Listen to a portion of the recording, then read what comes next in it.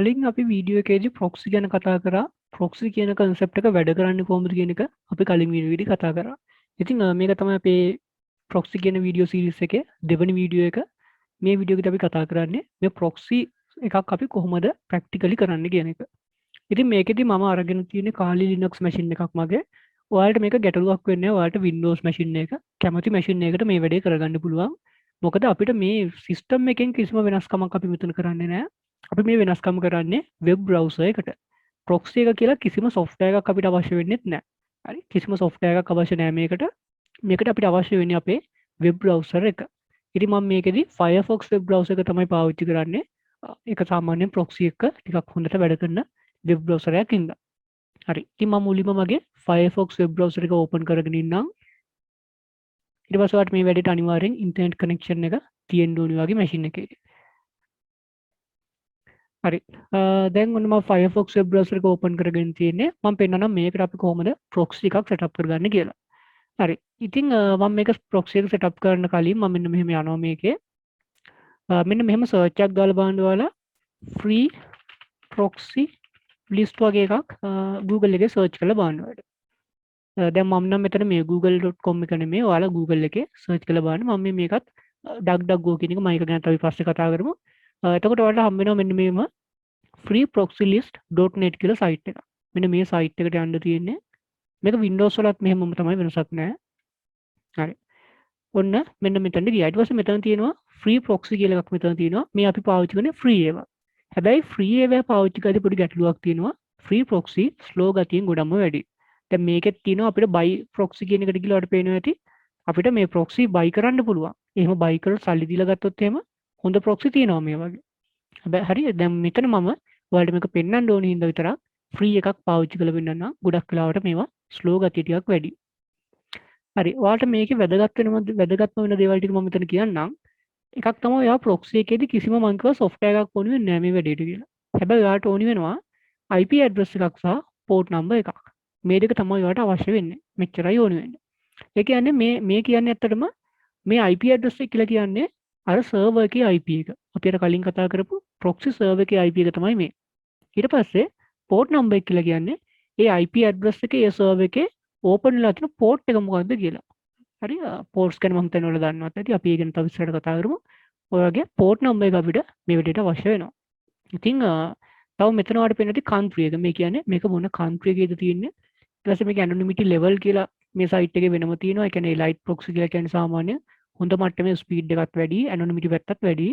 Anonymous කියලා කියන්නේ anonymous එකෙන් තියෙන්නේ ඒකේ අපිව පොඩ්ඩක් ආරක්ෂා කරගන්න දේවල් තියෙනවා. ඒ කියන්නේ ගොඩක් වෙලාවට අර මම කිව්වේ මේ සර්වර් වගේ තියෙන තැන් හොයාගන්න අමාරුයි. ඒ වගේ මේවා හැම තියෙනවා ෆීචර්ස්. හැබැයි අපිට කිසිම එකක් ෂුවර් කරන්න බෑ. මොකද මේවා එක මාර්ගයකින් මේවා මේ ට්‍රේස් බෑක් කිරීමේ අවදානමක් තියෙනවා. මේ මොන මෙතඩ් එක ගත්තා.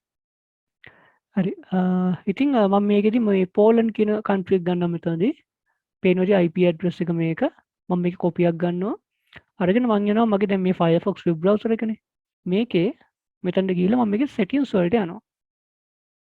හරි settings වලට ගිහලා මම මෙතන search කරනවා setting එක proxy කියලා search එකක් දානවා. එතකොට මෙන්න මෙතන එනවා network settings යටතේ මම මෙතනට ගියාට පස්සේ හරි සාමාන්‍යයෙන් එක්ක මේක no proxy කියලා ඔයාලා ගැති නැත්නම් use system proxy කියලා ඇති මේ විදිහට. ඉතින් ඔයාලා proxy පාවිච්චි කරනවා නම් වඩ කරන්න සිද්ධ වෙනවා මේක manual proxy කියන එක දාන්න වෙනවා මෙතනදී. හරි. දාලා මෙන්න මෙතනට දෙන්න ඕනිවා අර IP address එක. මම තියෙන එක අයින් කරලා අර IP address එක මෙතනට දානවා. ඊට පස්සේ port number එක විදියට මෙතන අර අරකේ තිබ්බ port number එක දාන්න ඕනේ. port number එක මම දෙනවා 80 80. ඊට පස්සේ මෙන්න මේ ටික එකක් තියෙනවා https කියන එක එකක් දෙන්න. හරි ওই ටික තමයි දෙන්න තියෙන්නේ. මොකද අපි ගත්තේ මේ http proxy. අපි socks ගැන වෙනම කතා කරමු. හරි මෙහෙම දීලා වල තියෙන මේක okay කරන්න. දැන් මම අලුත් tab එකක් අරගෙන හරි දැන් මම නිකමට my IP කියලා නිකන් search එකක් දාලා බැලුවොත්. ඒ කියන්නේ මගේ IP address එක බලා ගන්න. ඔයාලට පේනවා මේක පොඩි ස්ලෝ ගතියක් තියෙනවා.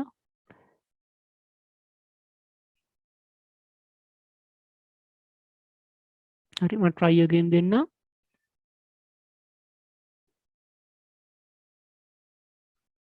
හරි ගොඩක් වෙලාවට දැන් සමහර proxy මේ free proxy අපි ගත්තාම සමහර ඒවා වැඩ කරන්නේ නැතිව තියෙනවා. ඉතින් ඒ වගේ වෙලාවට අපිට මේ වගේ මේ errors එන්න පුළුවන්. හරි ඉතින් එහෙම error එකක් ආවොත් ඔයාලට සිද්ධ වෙනවා වෙන proxy එකක් පාවිච්චි කරලා බලන්න. හරි මම වෙන proxy එකක් ගන්නම්. මෙන්න මේ සිංගප්පූර් කියන proxy එක මෙතනදී ගන්නවා. හරි අරගෙන මෙතන setting වලදී මම ඒක හදා ගන්නම්. IP එක හරි port එක 80.81 කියලා තිබ්බේ. ඔව්. හරි ඒ විදිහට ගාලා මම මේකත් ඕකේ කරනවා. හරි දැන් මම ආයි පාරක් my IP කියලා search එකක් දාලා බලන්නම්.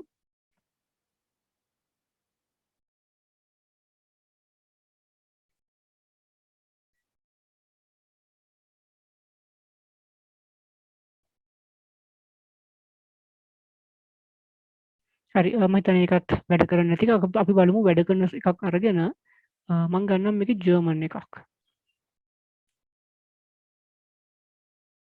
හරි අපි මෙන්න මේක ගමු වැඩි සිද්ධ නැති එක. port number එක 80.80. අපි try කරලා බලමු. settings වලට ගිහිල්ලා මේක paste කරා. IP මේ port number එක හරියට දුන්නා. එච්චරයි.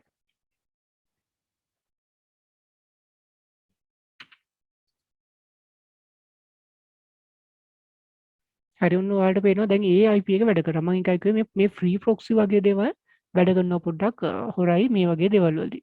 ඔයාලට පේනවා දැන් මේකේ අපි search එක දැම්මම ඔයාගේ IP address එක මෙන්න මෙහෙම 190යි ගාන එකක් පෙන්වනවා. මම ඔන්න මේ site එකකට යන්නම් අලුත් tab එකකින් ටිකක් load වෙන්න වෙලා යන්න පුළුවන්. ඔයාලට පේනවා මේක ගෝතමාලා කියන country එකේ තමයි දැන් අපි ඉන්නවා කියලා පෙන්වන්නේ. ඒ කියන්නේ අපි අර VPN එකක් පාවිච්චි කරා වගේ තමයි අපේ privacy එක මේකෙදි වෙනස් වෙලා තියෙනවා. අපේ IP address එක මෙතන වෙනස් වෙලා තියෙනවා. තව විශේෂ දෙයක් බලාගත්තොත් ඔයාලට බලන්න පුළුවන්. මෙන්න මෙතන පෙන්වන්නේ අපේ IP address එක විදිහට අර අපි මෙතන දීපු IP address එකම තමයි. මෙතන දීපු IP එකම තමයි අපේ IP address එක විදිහට පෙන්වන්නේ. මොකද අපි ඒ proxy server එක හරහා යනවා කියලා තමයි මේ අනිත් website වලට පෙන්වන්නේ. දැන් මේ වෙන website එකක්. දැන් මෙන්න මේකෙත් බැලුවොත් මේ තියෙන IP address එක. ඊට පස්සේ මේ තියෙන country එක ගෝතමාලා country එකේ internet service provider මෙතන තියෙනවා IFX networks කොලොම්බියා වල. ඉතින් අන්න වගේ අපේ location එක පෙන්නනවා. එතකොට මේ location එක පෙන්වන්නේ කොහෙද? මේ තමයි proxy server එක තියෙන තැන. හරි. ඉතින් ඔන්නම තමයි proxy එක වැඩ කරන්නේ. proxy කියන එක අපිට පාවිච්චි ගන්න පුළුවන් අපේ privacy එක ආරක්ෂා කරගන්න මේ proxy කියන concept එක පාවිච්චි ගන්න පුළුවන්.